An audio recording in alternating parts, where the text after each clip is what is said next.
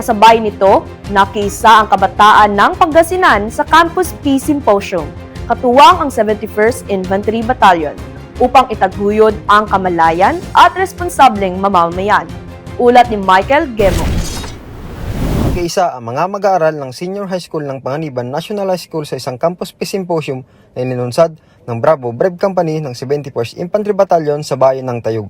Sinagawa ang aktibidad bilang bahagi ng patuloy ng programa ng Hukbong Katihan upang palawakin at gabayan ang kabataan sa pagpapalaganap ng tamang impormasyon kaugnay ng kapayapaan at pambansang seguridad. Layunin ng aktibidad na palalimin ang kaalaman ng mga mag-aaral patungkol sa nasyonalismo, pagmamahal sa bayan at mahalagang usapin sa pambansang seguridad.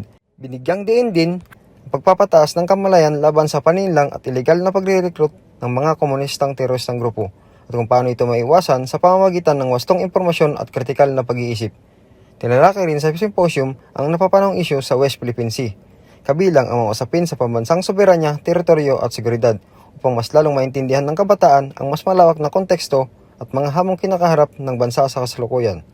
Sa kabuuan, ang Campus Peace Symposium ay nagsisilbing plataporma upang hubugin ang mga kabataan bilang responsable, mabuting mamayan at aktibong tagapagtaguyod ng kapayapaan sa kanilang komunidad.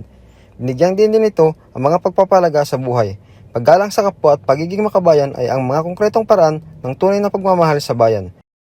Nagkaroon po ng kaalaman ang ating mga estudyante regarding sa kung paano nila mabibigyan ng importansya ang kanilang pagiging isang estudyante.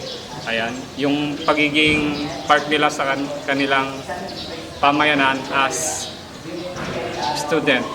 Sa pamamagitan ng ganitong aktibidad at inisyatibo, patuloy na pinapatibay ng Hukbong Katihan ang ugnayan nito sa sektor ng kabataan.